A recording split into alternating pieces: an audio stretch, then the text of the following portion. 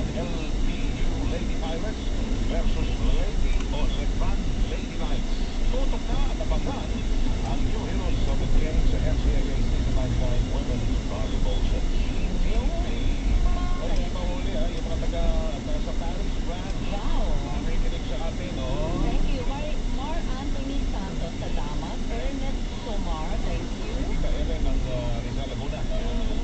Sino ba?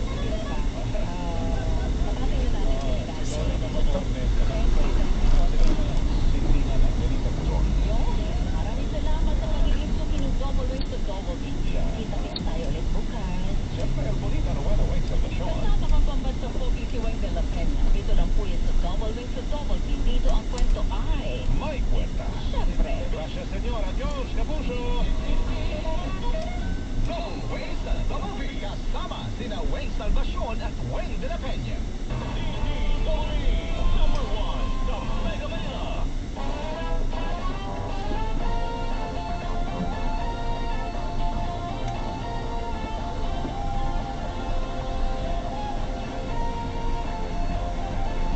Magandang hapon, Pilipinas at buong mundo. Naitay kapuso. Mayroon po ng 20 minutes ng inyong hapon. Ako po si Boy and welcome to Fast Talk. Kung kayo nanonood po sa Facebook, sa YouTube, nakikinig sa DZWB, mula sa aming puso, maraming salamat. Guillermo Mendoza Memorial Award sa inyong parangal na ibinigay sa ating munting programa na Fast Talk. Maraming salamat. Ang dating tao po dito sa studio, we have about 4,600 people. Tay Kapuso, please welcome our guests today. Just Tony Alarcon and Angela. Hello. Welcome. Hi. Kamusta? Okay naman. Yeah, nice meeting you. Your dad's friend. Please sit down. Thank you. Kumusta kayo? Okay naman. Magandang hapon, boy. Of course, lahat ng mga nanonood sa atin. Guwapo pa rin. Hindi nagbabago tatay mo. Hanggang ngayon, ganun pa rin yan. Pero higit sa lahat, hindi lamang guwapo. Pero, alam mo, Jeff, sa lahat ng mga taon nito, ang iyong reputasyon dito sa industriya ito ay napakabait. Very kind man. I agree naman dito ba? He's a very good man. Yes. But, okay, if you were, Angel, if you were to describe, if you were to introduce your dad to someone who totally has no idea as to who they is, paano mo gagawin? Paano mo ipapakilala ang dad mo? Sabihin ko po sa kanila na he's a very protective and caring father po talaga. Kasi personally, sobrang hands-on po talaga yan sa akin ever since. Bago po ako mag-showbiz, he always did that. Okay. Jessica naman, kung halimbawa ipapakilala mo ang iyong anak sa isang tao, wala sa ideya, kung sinasahan sa lahat, paano mo ipapakilala ang iyong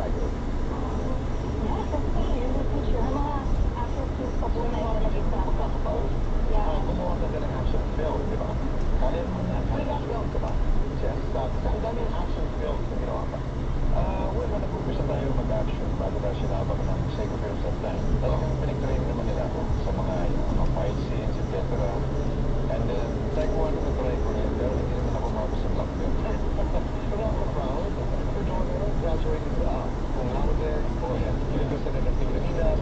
How does it feel? Ako, very thankful kami ng wife ko, sa ng mga pamilya. Hindi nga nakalain na sa pagpapisi niya sa kanyang martial arts, maging cum laude ko siya. Pero sa UP ko yan, napakagaling yung pag-aaral yan. Pero yung pagpasok mo sa pag-aartista, paano mo nagpaalam? I mean, hindi ba nahirapan si Angela magpaalam sa'yo? If you had your way, gusto mo sana kung galang mag-artista, ang gusto mo. Well, ako naman kung ano yung gusto niya at magiging masaya sa buhay niya. Nabanggit na niya dahil ng high school, sabi niya, at pag-graduate ng college, gusto ko rin mag-showcase. Sabi ko, talaga gusto ko talaga, and gusto ko mag-doktor o whatever, ano mga gusto ko. Sabi niya, sige, subukan mo kung ano ako niya. Tapos sabi ko, di, sige, di, tapusin mo ba at least, pag nagsawa ka, syempre, ayaw mo na, meron kang fallback na, meron pwede kang ibang career. Talaga, gusto mo is to graduate talaga para second. Payagan pa rin. Oo, para payagan ka dahil ano, di ba? Was that your way of discouraging? Paano mo mag-abogado? Ayaw mo mag-doktor? Was it your way of discouraging Angela na baka naman pwedeng iba? Hindi ko naman nasabi na Kasi alam mo, ito, alam mo, ang ginagalawan natin dito, story, alam mo yun, di ba?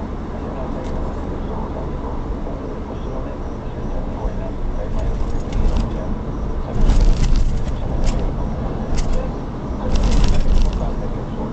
Na napatunan mo bilang isang artista na mga pinamahali sa lahat sa lahat. Or siguro yung kailangan pag showbiz ka, nagkakaga-showbiz yung andun na yung passion mo sa pag-showbiz sa pag-artista, mamahalin yung trabaho mo, mga katrabaho mo na wala akong problema sa'yo. At ituloy mo siya talagang career, talagang ingatan mo. Oo, wala ko naman pagkakataon na Angela na saan hindi mo naman sinabi ang hirap pala ng gawin na wala pa. Wala pa naman sa piso na kaya. Wala naman pala yun. Ako kasi nagsuportata pa lang po. Kasi kasama na po ang edad. Kaya gusto ko po ako sa briefings niya. So, I kinda have it left to put the college first. Naalala ko yun, when it was tonight po was edited by a different, the late Luis Camino. Naalala ko yun, I did an interview with you, at napakaganda rin yung kwento. Namusta ang iba? Okay naman yung malakas na malakas, tuloy-tuloy lang ang kanyang mga check-up sa doktor para matigil mo yung level ng vaccine. At ito, sinabi ko sa akin na nagtatrabaho sila ng secretary ng ang iyong nila, nagsipag, talagang pinag-uto na sa'yo. Di ba? Ay, And then, nung nakapag sa showbiz, medyo kaya na sa draft ako oo, di ba? Pero, yes, sa'yo naman. Sa palagay mo naging ano ka dahil sa'yo naman. What have you become? Dahil anong klase kang tao? Or siguro si Mami Mel kasi talagang nililipin na rin niya ako. Nung bata pa ako, talagang makapalayos mo pag-aaral mo. Yung gusto sa pagkada, sa masamang pagkada, at huwag na huwag magdagdag. So yun lang yung ginawa ko para hindi ako mapasama sa buhay. So maganda. Yung pagpapalaki mo sa iyong mga anak, ano ang namana mo sa kanila? Or siguro ko na maalala, maging maingat din kayo sa buhay nyo. Of course, siyempre, mahalin nyo kami mga parents nyo, kami ang katagoy sa inyo, di ba? At the same time, yung maiiwas sila sa mga masasamang markado. Paano kayo nagdisiplina, Melissa? Well, kinakausap naman namin sila. Hindi kayo naman? Hindi naman. You know? Medyo minsan may konting taas ng konti ng boss, pero ang ganda lang naman. Hindi naman magiging pasaway. Just to remind. Minsan minsan dito boy, normal lang naman maging pasaway na anak minsan. Pero Oo. bumabawi naman eventually. Oo. Ano naman sila, masusunod ito, bait anak, I can say. Kasi hindi sila yung mga tipong mga bata na kailangan every week nasa mga gimikan. Hindi naman sila ganon. So, Baka appreciate hindi lang. mo lang alam. Hindi, joke. Kailan ko lang. Sabi ko, Angel, baka hindi mo lang alam. Pero nakakasiguro ka at nakakasiguro tayo. Kaya mo naman, na napakabuti at napakabait ang iyong mga anak. And the way you raised them. Di ba? At hindi ko akalain na magkapit-bahay tayo. Opo nga. Oo, nakakatuwa naman pala. Isang tumbling lang, pwede na tayong maghingian ng ulam. At ako kadali, alam ko Oo, ba yan? ako din, doon. And aside from martial arts, do you cook? What do you do? I do a lot of sports po kasi talaga. I do skateboarding, climbing, hiking, running. Very adventurous po talaga ako. So, yeah, yun po. Ang dami ko po talagang gusto gawin sa life. Let's take the adventure of fast talk. Okay. In 2 minutes to do this, and our time begins now. Let's start with that. Jess, sexy star, action star. Action star. Cool dad, hot dad. Hot dad. Dad bod, gym bod. Gym bad. Your favorite role? Action, more now. Paboritong leading lady? Leading lady, Lisette Larcon. Your favorite time with kids? Kailan? Madalas sa bahay ang banding namin. Favorite time with wife? If it's Anytime. Angela, atleta, artista. Artista. Brainy, healthy. Both. Daddy's girl, mommy's bestie. Both. Black rider, black devil. Both. Madalas yung pag-awayan ni daddy. Umuwi na late. Saan kayo nagkasundo ni daddy? Sa pagkain. Saan kayo hindi nagkakasundo ni daddy? Kapag dito ka umuwi. Tony, pakita mo nga sa amin your matinee idol pose face. Mga 80s na yan. Ganun talaga. Your sexy star face. Sabi, paano ba yan? Ayun. Your action star Action face. star. Antonio sa Black Rider. Angela, bagay na lagi mong sinishare kay daddy. Love life. Wow! Bagay na ilang kang share kay daddy. Problema ko rin kami. Angela, mommy o daddy, kanino ka mas nagpanik? Mom. Kanino ka mas takot? Kanino ang mas masarap tumati?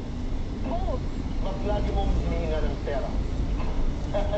None. Kasi I am stable. I know how Mas lagi mong hinihinga ng payo? both. Jeff, lights on or lights off? Ano ba yung license sa license? Joke lang. Talaga, basta. Happiness or chocolate? Happiness. Best time for happiness. Time. Angela, complete the sentence. Anak ako ni Jess Tony Alarcon, kaya...